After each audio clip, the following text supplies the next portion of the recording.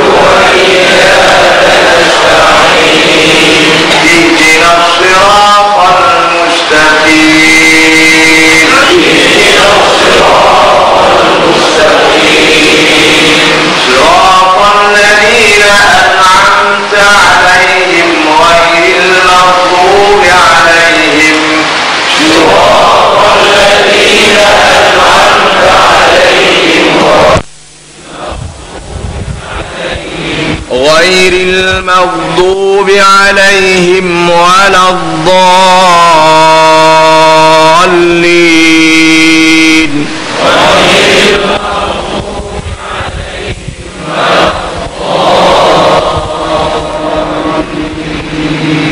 أعوذ بالله من الشيطان الرجيم.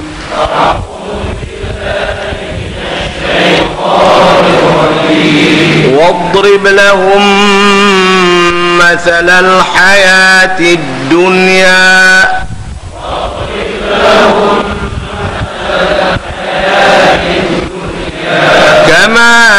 كماء إن أنزلناه من السماء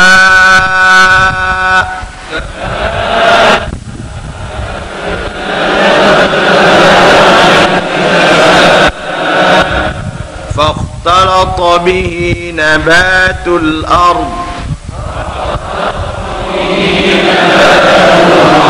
فأصبح هشيما تذروه الرياح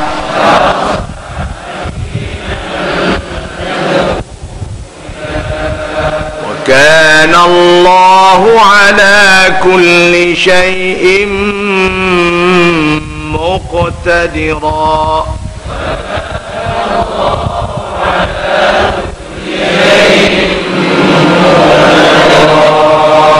المال والبنون زينة الحياة الدنيا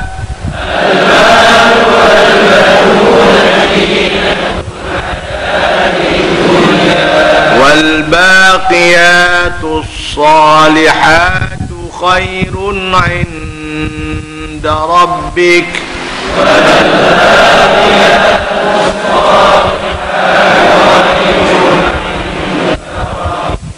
خير عند ربك ثوابا وخير أملا.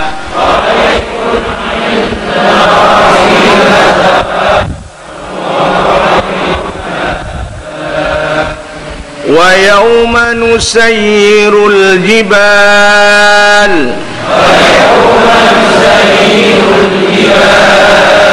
وترى الأرض بارزة وحشرناهم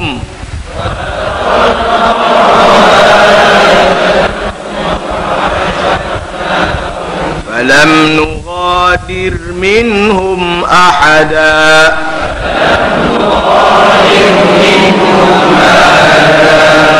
وعرضوا على ربك صفا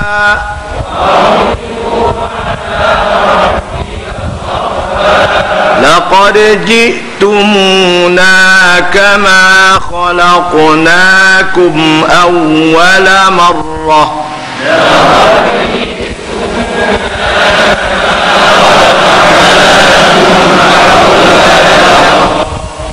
بل زعمتم أن لن نجعل لكم موعدا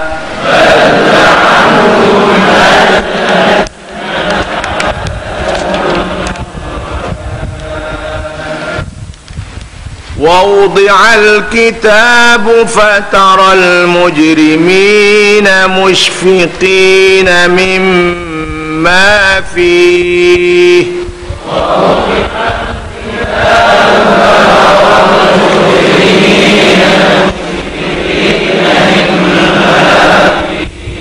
ويقولون يا ويلتنا ما لهذا الكتاب لا يغادر صغيرة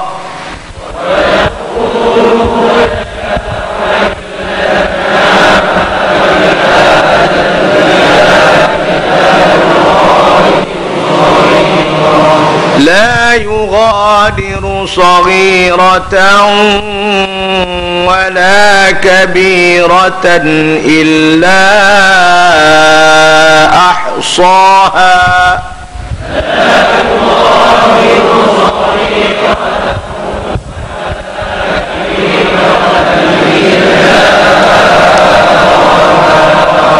ووجدوا ما عملوا حاضرا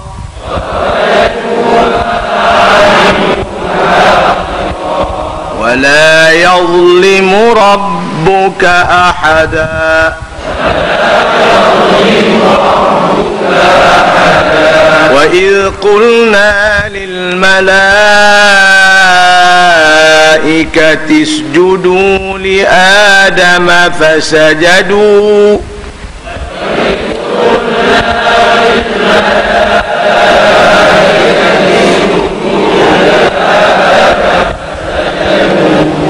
فسجدوا إلا إبليس كان من الجن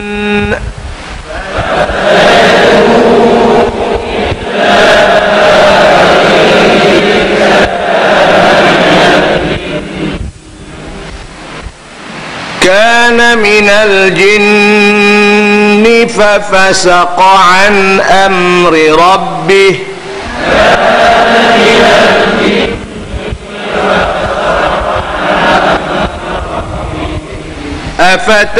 أفتتخذونه وذريته أولياء من دوني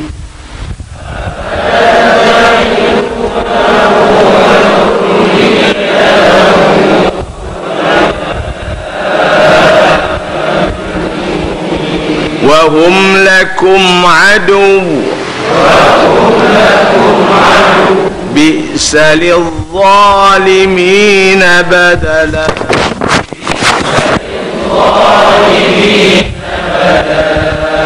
ما أشهدتهم خلق السماوات والأرض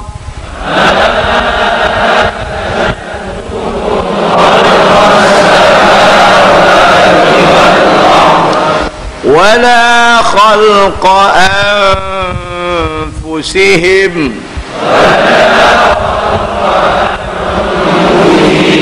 وما كنت متخذ المضلين عضدا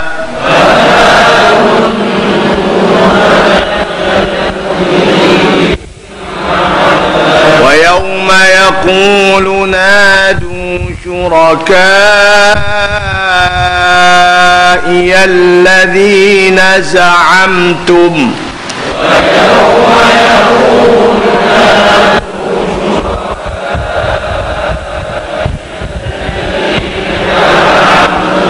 فدعوهم فلم يستجيبوا لهم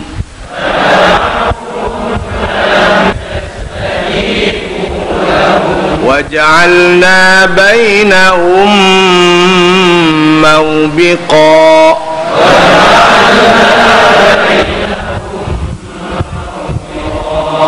ورأى المجرمون النار فظنوا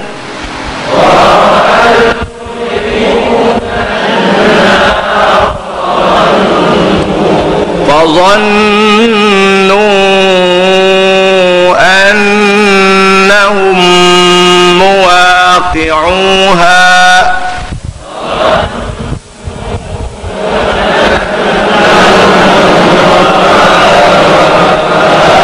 ولم يجدوا عنها مصرفا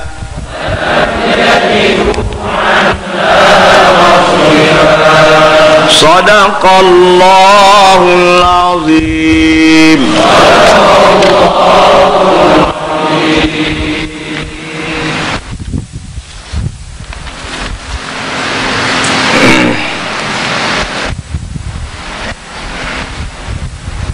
Alhamdulillahi Rabbil Alamin.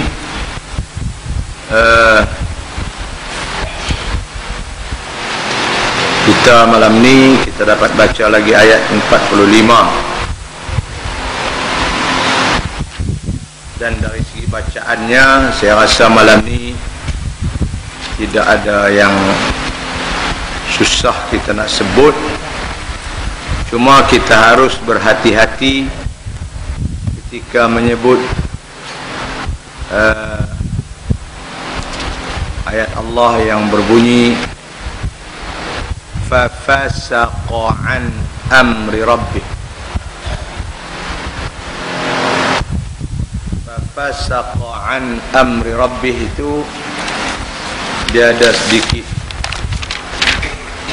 yaitu ayat yang ke mana tadi? Ayat yang ke-50. Fafasaqa kana minal jinni fafasaqa. Itu fa dua kali yang dekat-dekat. Tentu kita harus hati-hatilah kalau kita baca surah ini, dan kita memang duk baca dah pada tiap-tiap malam Jumaat. Kana minal jinni fafasaqa an amri rabbih. Kana minal jinni fafasaqa an amri rabbih. Itu sebab kita duk sebut selalu, kalau kita tak amat-amati dalam bacaan, mungkin kita akan sebut satu fa saja. Kana minal jinni fasaqan fafasaqa. Itu satu tempat yang harus kita berjaga-jaga ketika membacanya. Yang lain saya ingat tidak ada apa yang salah kepada kita baca. Ayat 45 ini Allah Subhanahu wa ta'ala menyatakan kepada kita suatu bandingan, yaitu bandingan kehidupan manusia di dunia ini. Allah bandingkan ayat 45 ini ibarat hidup di dunia ini macam mana hujan yang turun di langit. Hujan apabila dia turun di langit, maka hujan ini akan jatuh ke bumi. Apabila jatuh ke bumi, dia akan menyerap masuk ke dalam bumi. Tidak lama kemudian, tidak lama lepas itu, bumi akan mengeluarkan tumbuhan-tumbuhannya hasil daripada siraman air hujan daripada langit. Tumbuh-tumbuhan yang keluar hasil daripada siraman air hujan ini, firman Allah, menghijau, subur, segar, bugar, mekar. Yang kuning menjadi subur, yang kering menjadi basah dan sebagainya. Biasa bandingan yang Allah buat ini suatu bandingan yang selalu kita tengok. Manusia Arab ke, manusia Melayu ke, manusia orang putih ke, suatu benda yang lumrah. Apabila ayat hujan turun, bumi akan subur dan bumi akan mengeluarkan hasil-hasilnya yang segar, bugar, mekar. Tapi Allah kata, yang segar, bugar, mekar itu tidak selama-lamanya segar, tidak selama-lamanya bugar, tidak selama-lamanya mekar. Akhirnya yang segar menjadi layu, yang mekar menjadi kuning, yang bugar menjadi jerami dan kering. Betul lah. Dia tak segar bugar terus menerus. Dia akan layu, dia akan kuning, kering, akhirnya jadi hashiman tadruhu riyah, kering yang boleh dibawa terbang oleh angin ke mana saja dia nak pergi. Itulah hakikat hidup kita di dunia ini. Yang muda tak akan terus muda. Akhirnya dia akan menghadapi alam tua. Gigi yang cantik memagar bibir dan mulut. Dapat makan benda-benda yang keras. Akhirnya gigi yang kuat itu lumpuh apabila sampai masanya. Kulit yang cekang, akhirnya dia akan kendur. Apalagi tuan-tuan, ini hakikatnya. Allah buat bandingan itu kepada kita. Buah kayu yang hasil daripada pokok, kita tanam pokok apa kita tanam? Pokok ketula ke, pokok cabai ke, pokok apa itu. Dia memanglah mula segar bugar, akhirnya daripada dia berbuah, dia dah tak berbuah lagi, daun dia jadi layu, batang dia jadi keras, akhirnya hashiman tadruhu riyah, kering. Itu hakikat kehidupan kita di dunia. Tapi Allah sebut dalam ayat di belakang, Allah kata, walaqad sarrafna fi hadzal qur'ani min kulli mathal فأبى أكثر الناس إلا كفورا وكان الإنسان أكثر شيء جدلا. Macam-macam aku buat contoh kepada manusia. Dalam Quran ni aku buat bermacam-macam perbandingan, bermacam-macam contoh, bermacam-macam aku buat lagi bandingan-bandingan. Tapi manusia duduk ketegak situlah, tak ambil pakai, tak ambil era, tak ambil faham, tak ambil faedah daripada segala perbandingan yang Allah bagi. Antaranya Allah bandingkan kehidupan kita di dunia, tuan-tuan. Semacam mana hidup sepohon kayu yang segar pada mulanya, akhirnya dia akan menjadi kering, kuntang, mati. Satu dahan demi satu dahan, tuan-tuan. Kita yang sehat belum tentu bila kita nak sakit. Mungkin besok, mungkin lusa, mungkin tulah. Kalau kita berada dalam keadaan segar, kita jangan lupa bahawa kita akan bersua dengan suatu alam yang pada ketika itu kita akan layu, kecut dan sebagainya. Itu bandingan Allah kepada kita. Dan Allah Subhanahu wa taala, wa kana Allahu ala kulli syai'in maqtadira. Allah memang berkuasa nak buat sesuatu. Yang segar bugar dia boleh jadi layu dan kering. واضرب لهم مثل الحياة الدنيا كماء أنزلناه من السماء. Dan kemukakanlah kepada mereka, wahai Muhammad, misal perbandingan. Apa perbandingan dan misal yang Allah minta Nabi Muhammad sampaikan dan kemukakan kepada kita? Bandingannya ialah kehidupan di dunia itu samalah seperti air yang kami turunkan dari langit.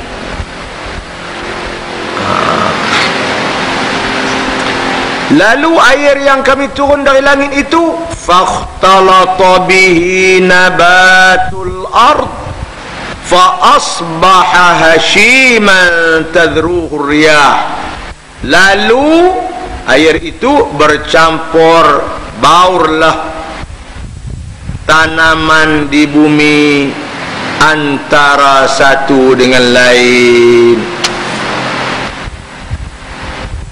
bercampur baur air dengan bumi tadi ini, dan kembang suburlah ia tanaman di bumi tadi disebabkan air itu.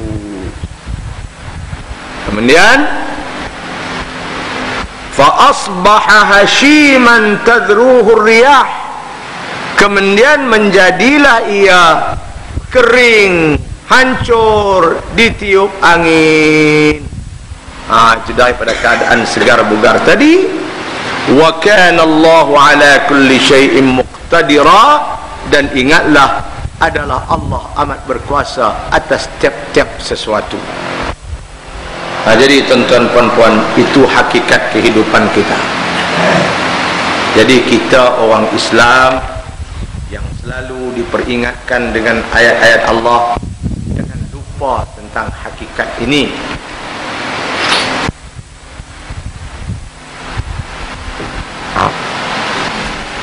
Sebab itu Abdullah bin Umar pernah Nabi nasihat dia. Abdullah bin Umar ini seorang anak muda yang memang suka kepada ilmu. Anak muda yang ghirah dengan ilmu. Masa perang Uhud, masa perang Badar, Abdullah bin Umar ini belum lagi balik. Dia minta nak keluar perang Badar, Nabi tidak izin kepada dia sebab belum balik. Nabi pernah nasihat Abdullah bin Umar, anak Sina Umar ini, dan nasihat ini juga diguna pakai oleh Abdullah bin Umar menasihati anak-anak muridnya, orang-orang yang mengaji kepada dia. Apa dia nasihat Nabi? Idza asbahta fala tantadhiril masa. Apabila kamu duduk waktu pagi, wahai Abdullah, jangan tunggu waktu petang. Tu cakap-cakap Nabi. Kalau hang duduk waktu pagi, jangan duduk cadang kata petang ni lah nak buat ibadat. Jangan. Buat masa pagi. Sebab kamu belum tentu. Kadang-kadang dia layu sebelum sampai petang. Dia jadi jerami yang kering sebelum sampai petang. Wa idza amsayta fala tantadhir as-sabah. Dan begitu juga apabila kamu duduk di waktu petang, jangan cadang lagi untuk nak buat ibadat pada masa pagi besok. Jangan. Nasihat ini diguna pakai oleh Abdullah bin Umar ini dan para sahabat, dan mereka alhamdulillah merupakan orang-orang yang dianggap sebagai mufti-mufti di kalangan para sahabat Nabi sallallahu alaihi wasallam, dan dianggap sebagai fuqaha as-sab', ulama-ulama fiqh yang terkemuka dari kalangan para sahabat Nabi dan para tabi'in, 7 orang semua. Allahu akbar. Kita petang baru teringat, masa pagi terlupa. Mai petang baru ingat. Petang pun nak merlop lah orang panggil. Nak lup lah matahari baru teringat. Mujok lah tu pun. Alangkah baiknya kalau kita ingat waktu pagi lagi. Pagi lagi kita teringat dah. Tapi ada orang tak teringat sampai jatuh matahari baru teringat. Nak buat apa dah. Ada juga yang begitu pun. Allahu Akbar. Baik. Itu satu bandingan Allah. Kemudian ayat 46.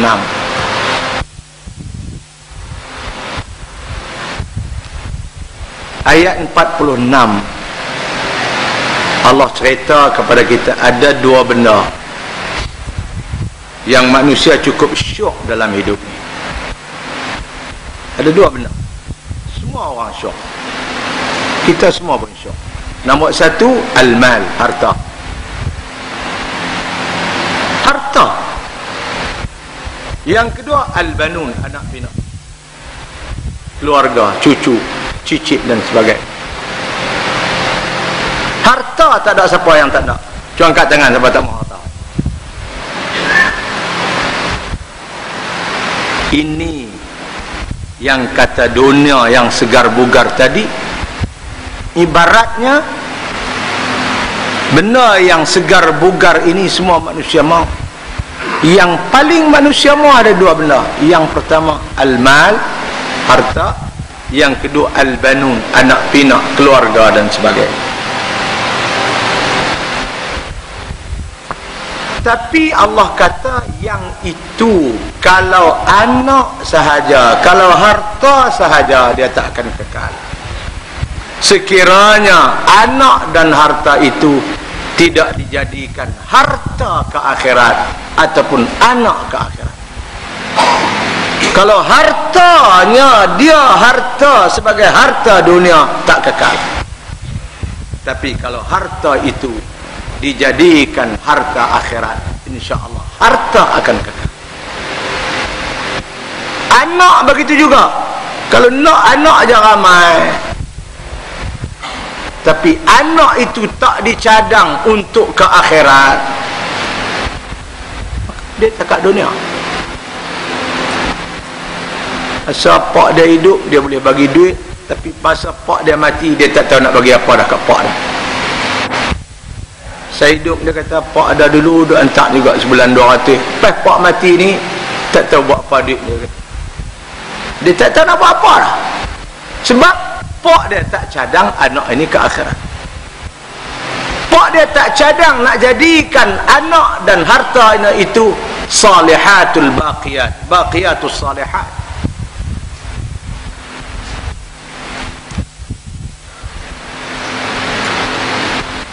Sebenarnya harta dan anak ni kalau kita pandai-pandai buat, dia boleh pergi sampai akhirat. Dan Nabi pun sabda selalu 3 perkara yang tak putih walaupun kita mati. Nombor 1, anak pinak yang soleh. Doa, berdoa, ya doa doa kat kita. Tak putih. Tak putih. Dia akan jadi baqiyatus salihat, amalan yang kekal abadi. Doa kepada pak dia. Ajak pula anak dia kat gigi, dia kata kat gigi hampa nak kena doa kat tok nenek. Cucu pula doa kat tok wan. Tak putih lagi. Cicit pula doa kat tok nyang dia. Mati 100 tahun dah. Tapi oleh kerana kita cadang anak itu jadi akhirat, maka kita tak putih amalan kita. Yang kedua harta. Jadi sebab itu harta dengan anak ni kalau kena buat, dia akan terus sampai ke akhirat. Tapi kalau tak kena buat, kita tak kat dunia. Itu pun mujuk kalau dia tak kacau. Kalau dunia pun dia kacau dah. Dia berkelai naik acak. Pak tak mati lagi. Bobot tanah. Naik acak dah. Sengak masa apa ni? Kena atas kepala lah tu. Ini yang kata semua orang apa. Ini Allah ingatkan kita ayat 46. Sebab tu surah Kahfi ni Allah suruh baca selalu. Dia ingatkan kita. Ingat. Ada anak-anak ni nak cadang seorang lah, nak pergi ke agama ke mana, nak buat pesuah bagi jadi dia orang agama sikit. Ngaji sar lah, tenang tuan-tuan. Di agama ni ngaji sekolah agama lah. Mungkin jadi agama. Harta kita nak buat pergi jadi akhirat sikit lagu mana. Anak yang kita buat akhirat, harta yang kita buat akhirat, itu dia panggil baqiyatus salihat, amalan-amalan saleh anak yang soleh, harta yang kita buat amalan soleh, sedekah jariah, dia akan baqiyat, dia akan kekal. Baca saya baca dulu kan, apabila sahabat Nabi tanya, ya Rasulullah,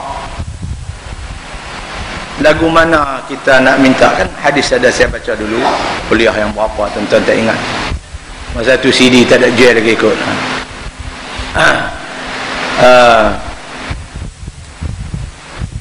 Orang sahabat tanya, ya Rasulullah, lagu mana nak minta panjang umur ni? Umur ni Allah dah tetap dah, sekian-sekian 120 hari hidup dalam rahim ibu.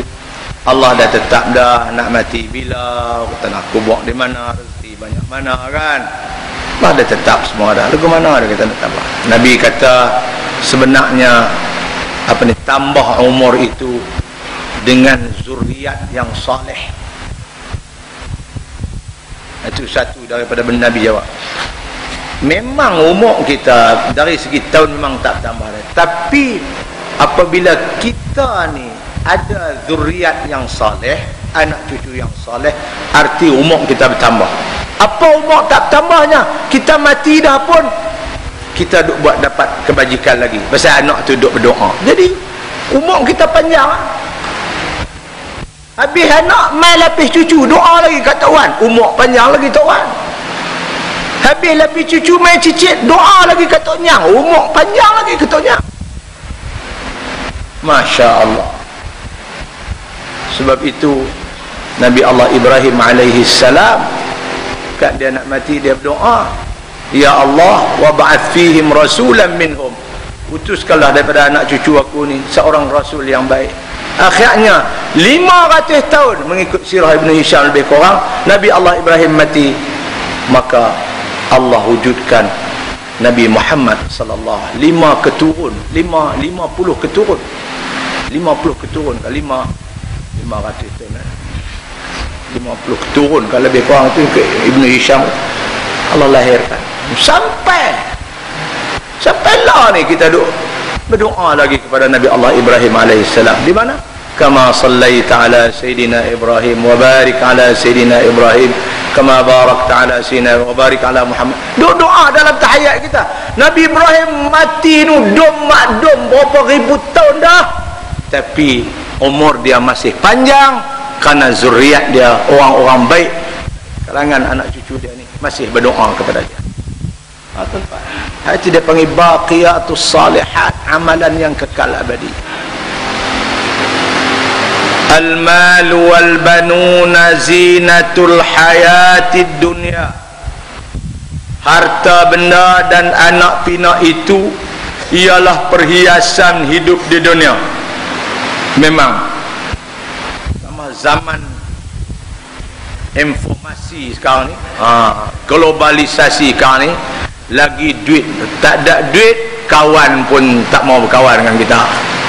Mereka kata, ustaz mau paket kosong akai pun korang ustaz, tapi kalau paket penuh idea pun ada. Betul. Betul, orang gila duit. Tapi tak apalah kalau penuh secara betul, tapi penuh cara tak betul nak buat apa? Mai idea, mai fikiran untuk nak tipu orang ya. Jadi Allah sebut harta dan anak pinak ini perhiasan hidup dunia. Benar berhias, di semua orang suka. Wal baqiyatus salihat, ini hakikat sebenarnya. Dan amal-amal saleh yang kekal, faedahnya khairun, lebih baik daripada anak, lebih baik daripada harta yang tidak membawa sebarang kebajikan. Khairun, lebih baik di sisi siapa? Inda rabbika, di sisi Tuhan kamu. Tapi mungkin di sisi kamu duk rasa anak dan harta lebih baik, tapi di sisi Tuhan kamu, amal kebajikan yang kekal itulah yang paling baik di sisi Allah, thawaban, dari segi balasan pahalanya, wa khairun amala, dan sebagai benda yang paling baik untuk menaruh harapan kita mendapat balasan yang baik di sisi Allah di akhirat kelak. Itu dia hakikat yang Allah nak sebut kepada kita dalam ayat 4.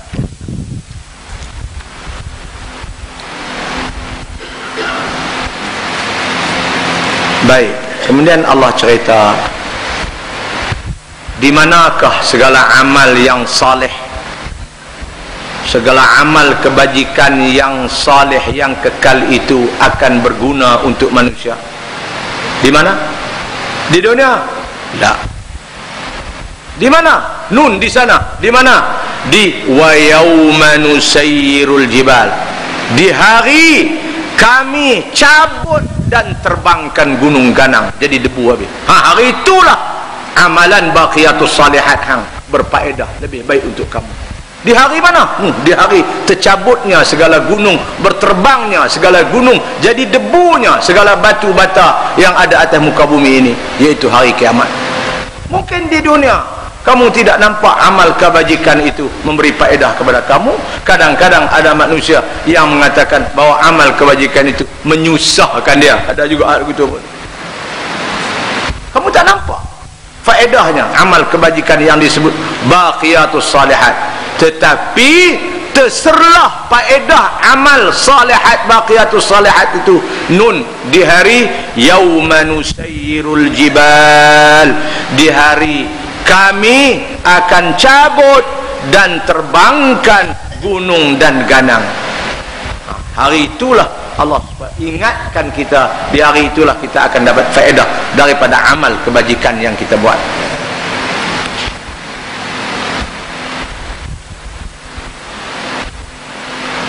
Wa taral arda barizatan, dan engkau akan melihat bumi ini terdedah.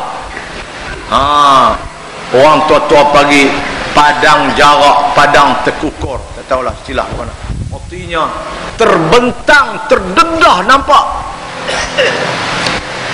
Hari itu dah gunung ganang pun dah tak ada, semua pokok kayu semua tak ada, laut kering terbakar habis, bangkai-bangkai ikan semua habis terbakar, maka bumi ini nampak terdedah. Itu nama barizatan, nyata terdedah. Hari itu wa hasyarnahum, dan kami akan himpun segala manusia itu di padang mahsyar. Hasyar tu padang mahsyar. Falam nughadir minhum ahada, dan tidak seorang pun daripada mereka ketinggalan daripada perhimpunan padang mahsyar itu. Ini siapa pun tak tertinggal, himpun semua. Yang mati lama, yang mati dulu, yang mati baru, yang mati dah lama, semua himpun. Hari itu barulah ternyata bahawa baqiyatus salihat kita ada faedah untuk kita, bukan lagi harta, bukan lagi anak pinak.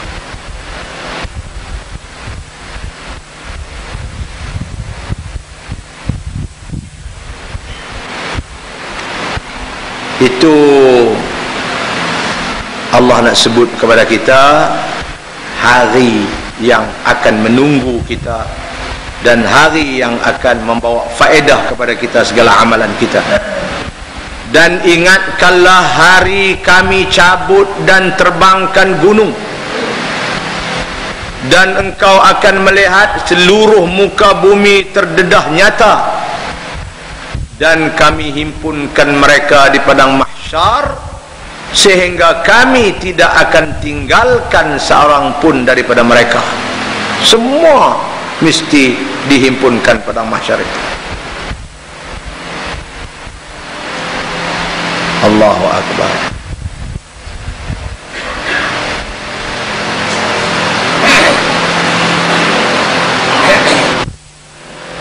Kemudian bukit semua tercabut, jadi terbang habis, bumi semua terdedah semua.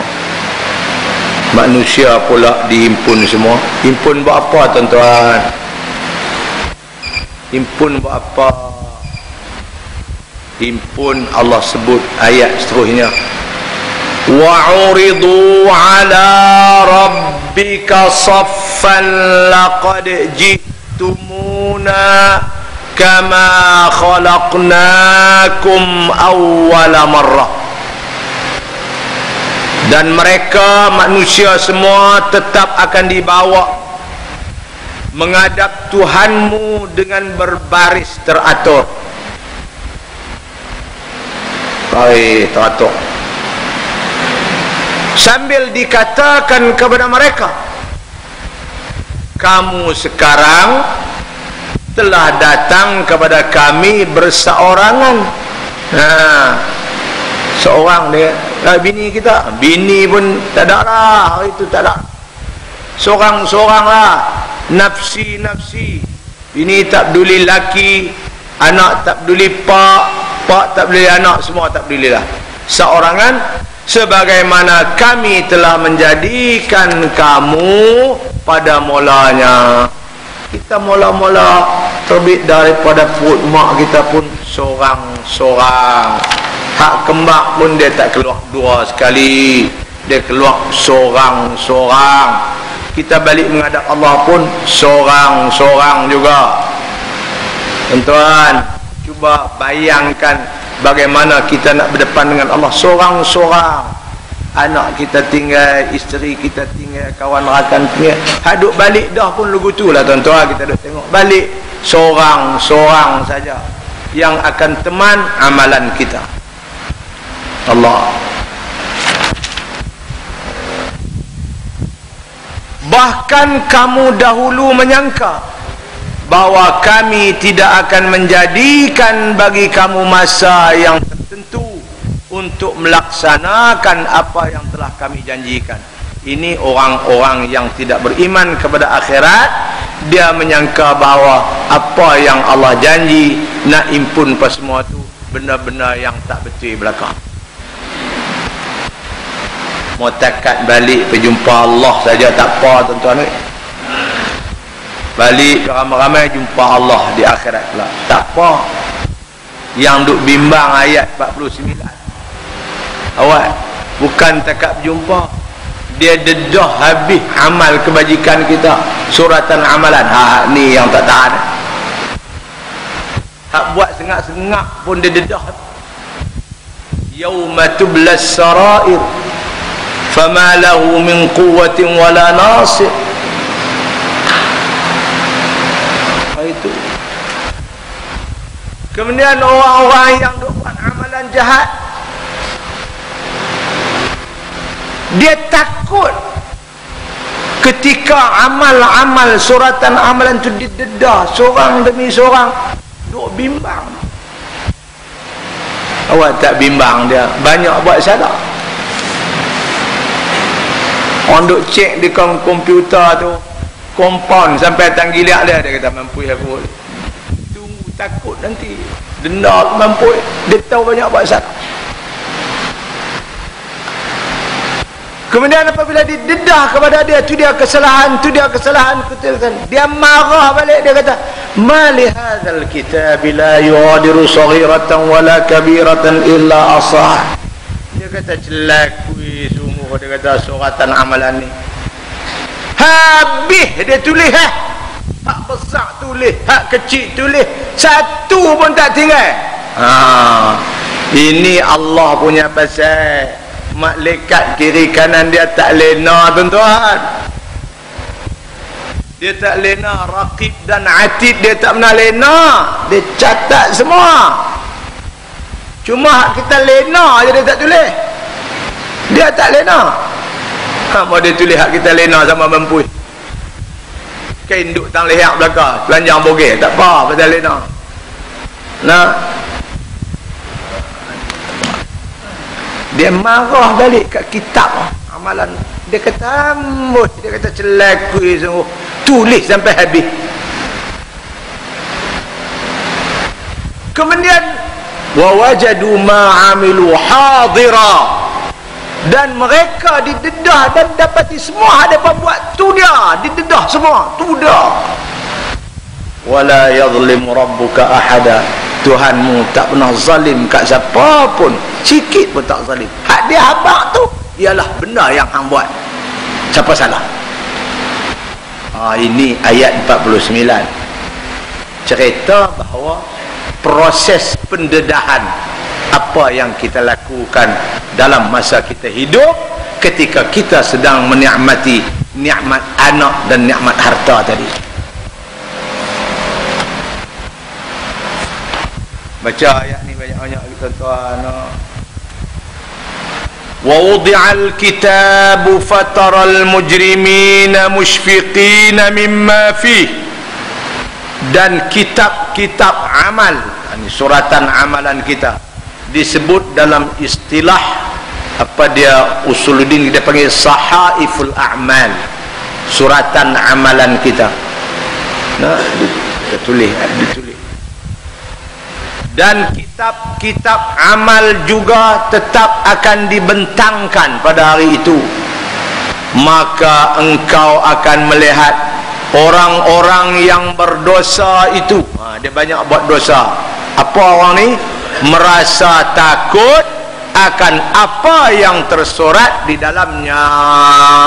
Tergondah bahasa takut, bahasa musyfiqin, bahasa takut benda yang tertulis dalam itu. Dia pun tahu dah apa yang tertulis tu.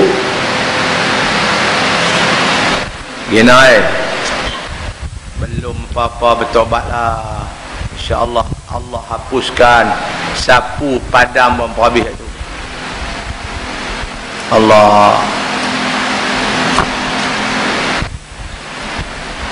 Kita masing-masing tahu sajalah, kita tahulah apa yang kita buat jahat. Tapi Allah Subhanahu wa taala kalau kita minta ampun, dia akan tudung benda ni semua, dia tak akan dedah. Tapi kalau kita mati dalam keadaan tak sedangkan diri, tak minta ampun pada Allah, Allah akan dedah semua.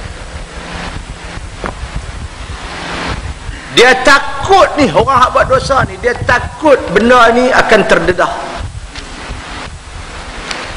Wa yaquluna ya wailatana ma li hadzal kitabi la yughadiru saghiratan wala kabiratan illa ahsaha.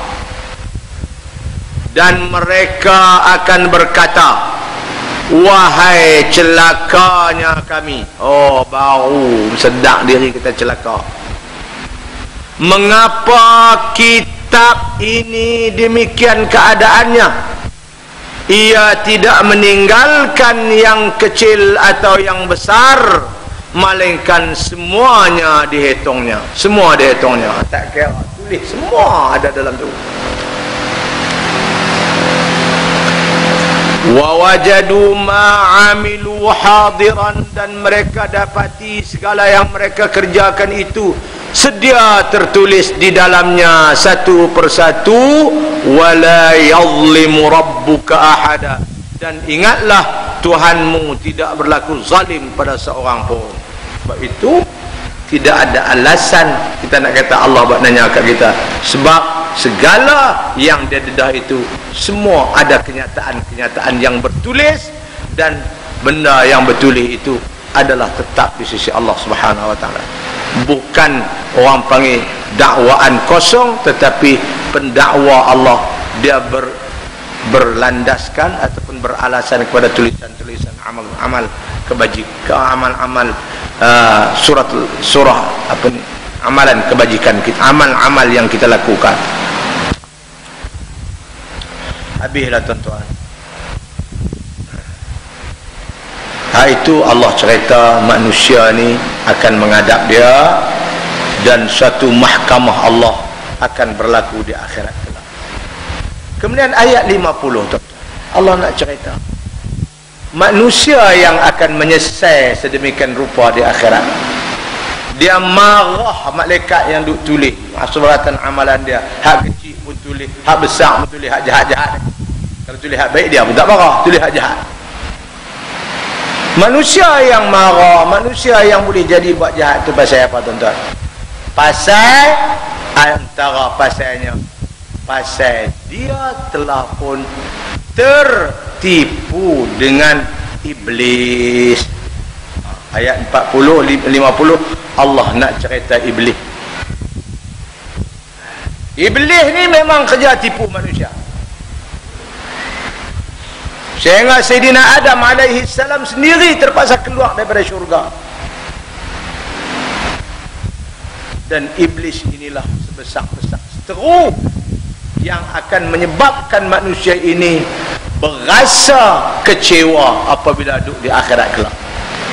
Sebab itu Allah ingat kita dalam dunia, jadikan iblis dan syaitan itu seteru kita selama-lamanya, tidak ada kompromi dengan dia, tak boleh dalam apa bentuk pun. Kalau dia suruh buat baik pun, kita jangan duk kata bagus, kata iblis. Sebab itu Syekh Busiri kata di dalam burdahnya, wa khalifin nafsa wasyaitana wa'sihima wa inhuma mahadakan nusha fattahimi. Syekh Busiri burdah kita duk baca, rumah lintak panah lah, orang lintak panah orang baca burdah ni, kita buang geroh. Burdah Imam Busiri dibuat nasihat, wa khalifin nafsa wasyaitana, kamu kena lawan dengan nafsu, kena lawan dengan setan.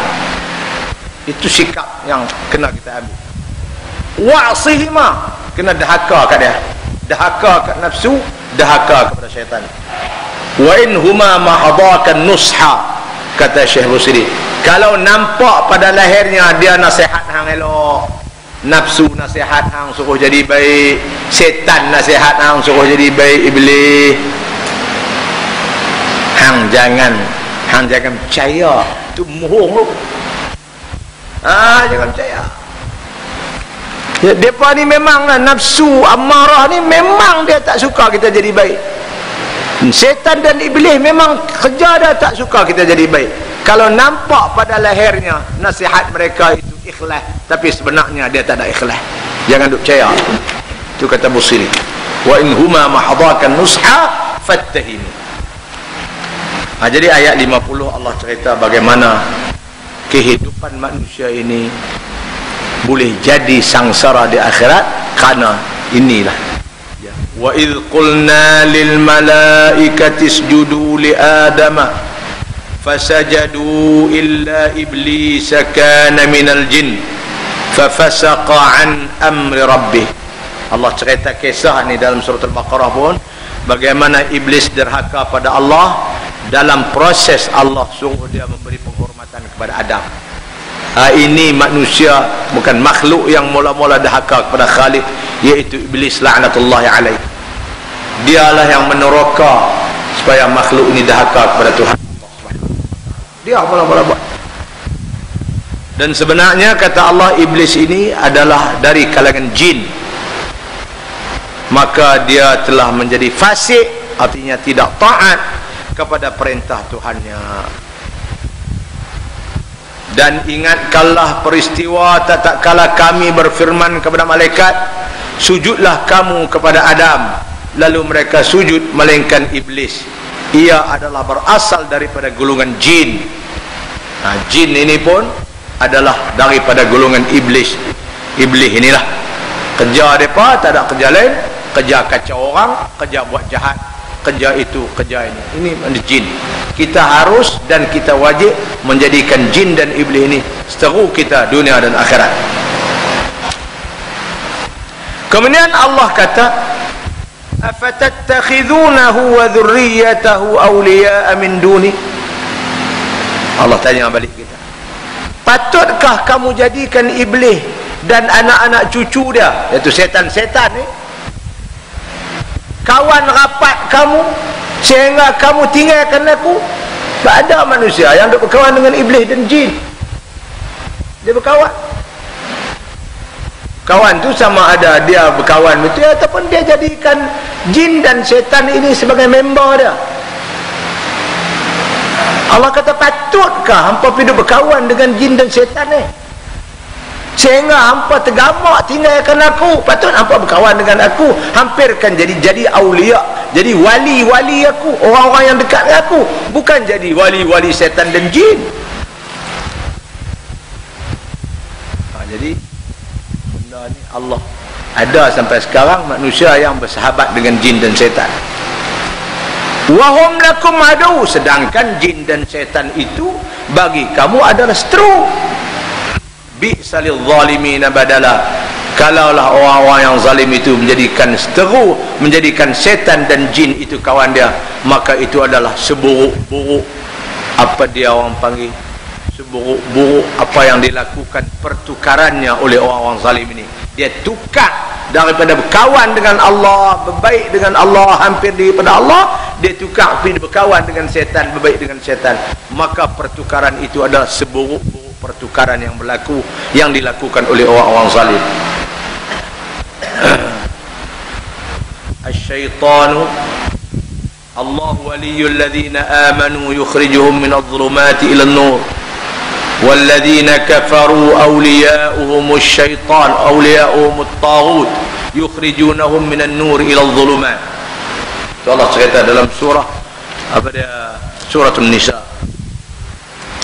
Patutkah kamu hendak menjadikan dia, iaitu syaitan dan jin itu, dan keturunannya sebagai sahabat-sahabat karib yang menjadi ikutan selain daripada aku, sedangkan mereka itu ialah musuh bagi kamu? Amatlah buruknya bagi orang-orang yang zalim pengganti yang mereka pilih itu. Jadi setelah menerangkan keadaan orang kafir dan balasan yang akan mereka terima pada hari akhirat kelak, lalu diterangkan dalam ayat ini bahawa kekufuran dan maksiat yang dilakukan oleh manusia adalah disebabkan mereka menjadi iblis, menjadikan iblis dan keturunannya sebagai sahabat qarib yang dipatuhi selain daripada Allah. Pilihan yang demikian adalah teruk lagi zalim. Baik tuan-tuan dan puan-puan, ayat ma asyhadtuhum kita akan sambung, iaitu Allah Subhanahu wa taala nak nyatakan bahawa ketika aku buat langit bumi, aku tak minta tolong kat iblis dan syaitan, tolong tumpang, tolong buat kerja, buat langit bumi, tak ada. Tak pernah aku minta tolong kat mereka. Jadi tuan-tuan puan-puan, itulah ayat kita yang kita baca malam ni. Minggu depan kita cuti 1 Muharram kerana cara baca Yasin di Masjid Zahir, saya nak kena hadir. Kita cuti ya, minggu depan ni baca Yasin, kita badat awal Muharram ni sambut dan berdoa banyak sikit.